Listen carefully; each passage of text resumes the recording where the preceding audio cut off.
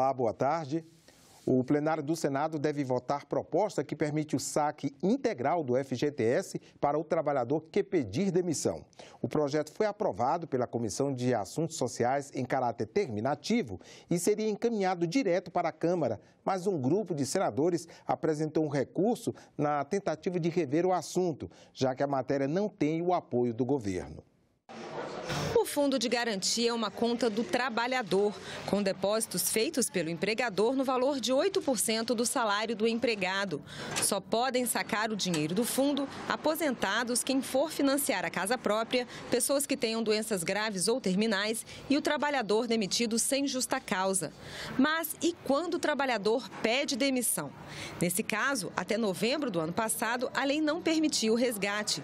Como a reforma trabalhista entrou em vigor, daquele mês em diante, quem pedir demissão pode sacar até 80% do valor depositado no Fundo de Garantia. O projeto da senadora Rose de Freitas vai além. Permite o resgate do total depositado, 100%. O senador Paulo Paim, relator do projeto, diz que a proposta faz justiça com os trabalhadores. O Fundo de Garantia é uma poupança minha. Se eu estou saindo da empresa por um motivo, ou de doença mesmo, de familiares, que vão ter que ir para um outro município, para um outro estado, ou para um melhor emprego, ou até sair do país, eu fiz uma poupança. E essa poupança é minha. Os recursos do Fundo de Garantia são aplicados em infraestrutura, saneamento e habitação, onde são investidos todos os anos cerca de 80 bilhões de reais. Segundo o representante do Conselho Curador do FGTS, 300 mil pessoas pedem demissão todos os meses. Ele teme que a aprovação do projeto possa comprometer a capacidade de investimento nos setores financiados pelo fundo. O fundo coloca na economia em torno de 80 bilhões por ano nos setores de habitação, saneamento e mobilidade. Se for permitido esse saque, a gente estima que em torno de 25 a 30 bilhões de reais sairiam do fundo todo ano. Então, isso poderia restringir a capacidade do fundo poder fazer operações aí nesses setores. A preocupação deles é exatamente isso, você não ter recursos para financiar esses setores que são importantes para a economia. Não tem desequilíbrio, porque a conta é minha. É como se alguém, eu já vi esse argumento, quer dizer, olha, as contas ficarão desequilibradas, mas desequilibradas de que jeito? Se eu deposito, eu retiro. Como qualquer cidadão pode fazer qualquer poupança. O governo é contra a proposta e argumenta que se o texto for aprovado, já em 2021, o fundo poderia entrar no vermelho. Para forçar uma nova votação e tentar barrar o projeto, senadores governistas apresentaram um recurso para que a proposta, antes de seguir para a Câmara dos Deputados, seja votada pelo plenário do Senado. A medida provisória da reforma trabalhista perde a validade hoje. Ela teria que ter sido aprovada na Câmara e no Senado, mas a comissão mista nem começou a trabalhar.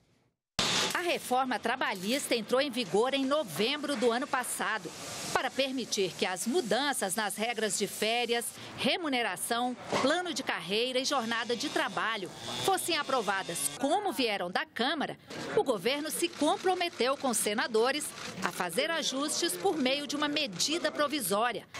A MP estabeleceu, por exemplo, que na jornada de 12 horas de trabalho por 36 de descanso, os contratos deverão ser negociados em acordos coletivos entre patrões e trabalhadores.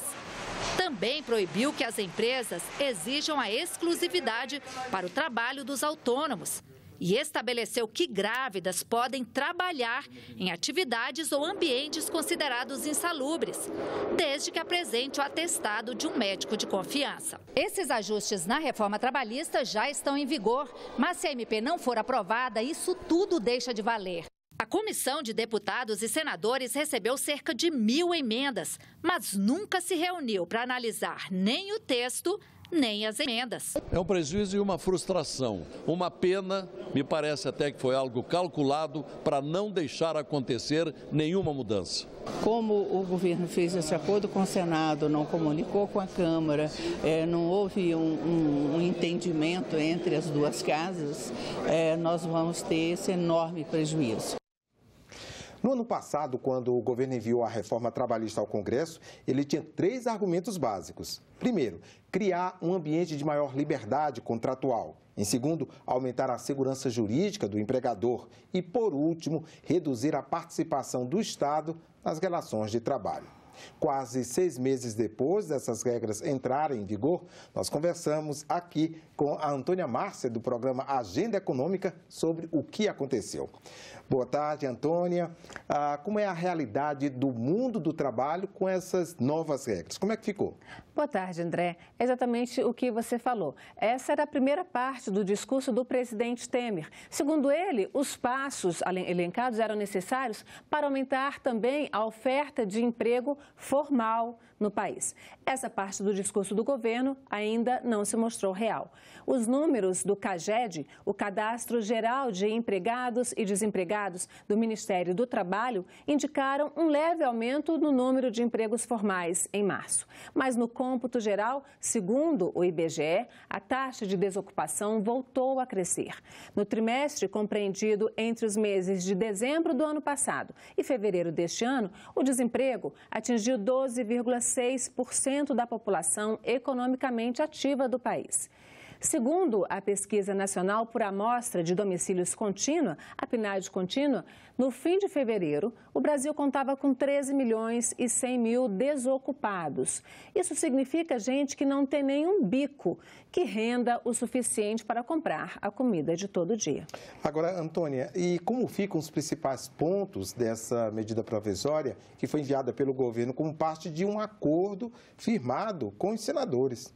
Bom, André, vamos ver, vamos lá para essa regulamentação. Na regulamentação do trabalho intermitente, por exemplo, a MP previa que deveria ser celebrado um contrato por escrito com o valor da hora ou do dia de trabalho.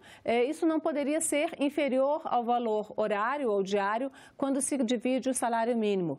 Cai a medida e fica sem regra alguma. Esse contrato pode ser feito de qualquer jeito. Não tem também previsão de pagamento de previdência, o que pode gerar um problema com relação ao Fundo Geral da Previdência. Com relação ao trabalho autônomo, como a gente tem aqui, o patrão poderá vir a exigir uma exclusividade do empregado, o que na MP isso caía, não poderia acontecer. A gente tem outros pontos polêmicos, como a jornada de 12 por 36 horas. Ela vai poder ser acertada só diretamente entre os patrões e empregados, independente do que for negociado aí entre os sindicatos e a empresa. No trabalho de gestantes e lactantes também, elas poderão trabalhar em ambientes insalubres, né? Antes, isso não poderia acontecer. Com a MP, isso não poderia acontecer.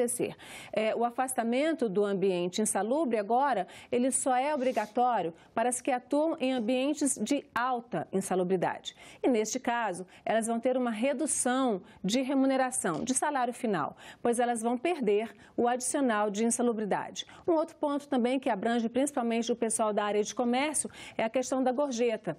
Vai valer o que estava previsto na lei da gorjeta, o rateio entre os empregados e os patrões. Nós temos também alguns outros pontos, além de mais voltados para a questão jurídica e dos sindicatos. Os sindicatos perdem força, pois a negociação individual ela vai valer acima da negociação feita pelos sindicatos, pelos contratos de trabalho.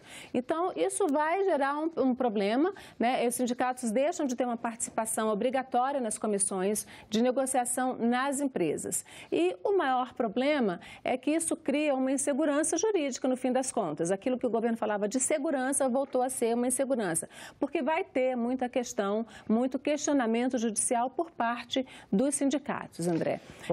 Sim. Ok, então pode continuar. Tá. Então, essa própria, como eu estava falando, a própria reforma, ela vai ser questionada. O prazo de validade, ela vai valer quando? Ela vai valer a partir do momento do contrato novo ou ela vai valer para os contratos antigos, né? Então, ao mesmo tempo que a MP trouxe uma segurança jurídica para os patrões, na verdade, a reforma como um todo trouxe a segurança jurídica para os patrões, a queda da MP trouxe uma tremenda tremenda insegurança jurídica para os trabalhadores. A questão é o seguinte: quem vai se arriscar a exigir condições razoáveis de emprego, correndo o risco de ser demitido, já que tem milhares de pessoas aí na fila esperando uma vaguinha de emprego. Vamos ver como é que vai ficar depois, né, Antônia? Vamos ver. Antônia, muito obrigada pela sua participação aqui no Senado Notícias Tarde. Eu que agradeço. A luta pelos direitos dos povos indígenas foi debatida hoje na Comissão de Direitos Humanos. Os participantes lembraram a 15ª edição do acampamento Terra Livre, que começa hoje em Brasília, no Memorial dos Povos Indígenas. Conflito de terras, violência, descaso do Estado, falta de políticas públicas, discriminação. São muitos os problemas enfrentados pelos índios, individual e coletivamente. Analisamos grupos étnicos diferentes, nós vamos verificar por dados oficiais, que a população indígena é a mais empobrecida, é a que menos tem acesso à educação, é a que menos tem acesso à saúde ou qualquer outra política pública de assistência social. Apesar de representarem apenas 0,42% da população geral do país, os povos indígenas estão presentes em 80% dos municípios brasileiros. Ora, 80% de 5 mil e qualquer coisa de município é muita coisa. Os povos indígenas a cada ano têm se mobilizado e cobrado, né, fazendo a sua parte cidadã, que é justamente contribuir para que a sociedade brasileira os veja, conheça a realidade que eles estão vivendo. Guerreiros, sobreviventes de um genocídio que já dura 5 séculos, os índios estão indo à luta. Certa de que é preciso ocupar o parlamento, essa líder indígena fez uma reflexão, lembrando o mandato pioneiro do cacique Mário Juruna na década de 1980. São mais de 30 anos e ainda não temos outros indígenas no Congresso Nacional. Sim, nós temos representações a nível de município, que é muito importante, porque Juruna foi eleito por quem? Por aqueles povos que estavam marginalizados no estado do Rio de Janeiro. É essa aliança que devemos fazer também enquanto povos indígenas. Ela pôs o dedo na ferida quanto ao descompasso entre teoria e prática no Brasil. O país até que firmou tratados internacionais reconhecendo direitos como o de consulta aos povos indígenas. Qualquer ação que atinja os nossos territórios, nós devemos ser consultados, previamente informados. Aí eu coloco a pergunta: isso acontece? Não. Então, de fato, temos avanços na teoria, mas o que falta é a praticidade e a efetivação desses direitos. Problemas na demarcação e orçamento apertado foram apontados também pela antropóloga Lia Zanota Machado. As demarcações, atualmente, as dificuldades estão maiores no centro-oeste, no sul e no sudeste, em que não se tem terras ou se vive em terras absolutamente exíguas. Em 20 anos teremos, na melhor das hipóteses, um orçamento equivalente ao valor, em termos reais, de 30 anos atrás. Ficamos por aqui. Você pode rever as reportagens desta edição na nossa página na internet, senado.leg.br/TV. Obrigado pela companhia e continue sintonizado aqui na TV Senado.